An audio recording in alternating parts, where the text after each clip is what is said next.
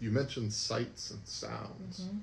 Mm-hmm. I know on a number of occasions, one of my favorite things that happens, which can often be disruptive, but I love it, is when um, you hear a kid laughing or crying. And by disruptive, I mean at previous places I've been to, where maybe a sermon would stop, or the um, worship would take a pause, and you kind of continue through. And when you continue through, it's almost like you're in slow motion, because you've got a big bright smile on your Mm-hmm. face, but you still haven't lost the cadence that you're talking with. And just curious, like in those moments when you are hearing a child cry, or a kid laugh, what is it that you're thinking about? Because it almost seems like it takes you to another place of like joy when you're up there. That's a good question and a good observation. And one of the things that we've done recently is have a soft space in the front of our church, which is, it's the name for it is the sanctuary, which is the place up front by the altar. The nave is the place where people sit in the pews, and then the narthex is the space where there's doors that lead to the outside, Mm-hmm. kind of almost like I guess in a house that might be like your wet room, or you know where Sure. you take your shoes off. Anyhow, so we have the soft space up front, and that has been new, at least to this congregation, I think, in this time where we've had and invited parents or children or both to come up, and we have our Christian education director and our nursery staff person, and they're there to be with the kids. And for the first couple weeks, we had no one up there, and so there was no distraction, and it was okay. And then a few weeks came by, and then at one point we had like kids. There was a little girl running around the altar, and I remember thinking like, oh, so what am I thinking? I'm thinking like many things of like first like, wow, what a blessing to even Yeah. have kids. This congregation, along with so many, have been looking forward to the day, when we get more kids, and Yeah. especially coming out of COVID, just to have more people. So there's an energy that comes with it.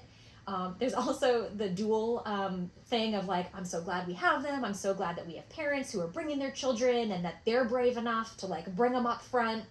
And then I'm also thinking in the like there's some of our parishioners in the pews who I know, like for some it's very difficult to be in a place Sure. where there's little voices Sure. and distractions.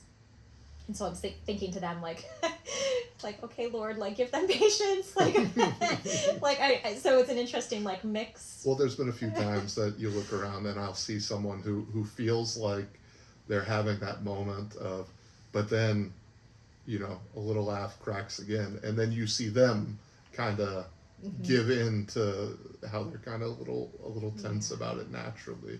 So I think it's something that kind of cuts through, and it's something I've enjoyed, that it's not like shh, stop. Yeah. Yeah. And Yeah. it's theological. It's important we have everyone together. It's also important to have programs and education tailored for certain age Sure. groups.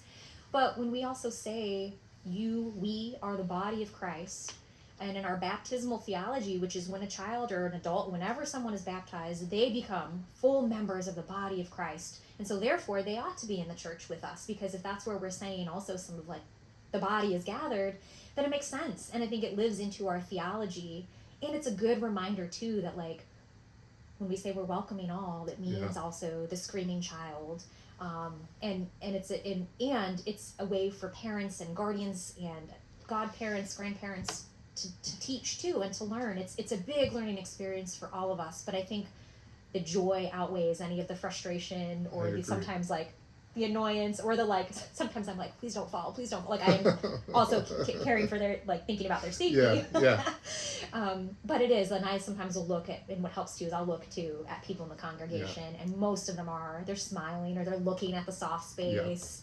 And I hear stories of in the past, like when parishioners here have said, oh, I remember when so and so was just a baby, Yeah. and now they're 18. Oh, and I remember when that mom used to pass her child, and she wouldn't worry because she just watched for when communion came, and she'd see her little child in someone's arms up at the communion rail. I think it brings life, energy, memories, and it's a good. There's a lot of things wrapped up in that. But yeah, so those are some of the in what I'm thinking. But overall, it's joy and gratitude. Absolutely. I agree. It brings me back down to earth when those moments happen, and it makes you think, oh yeah, not everything always goes according to plan, but a lot of times when stuff doesn't go according to plan, there's good that comes from it.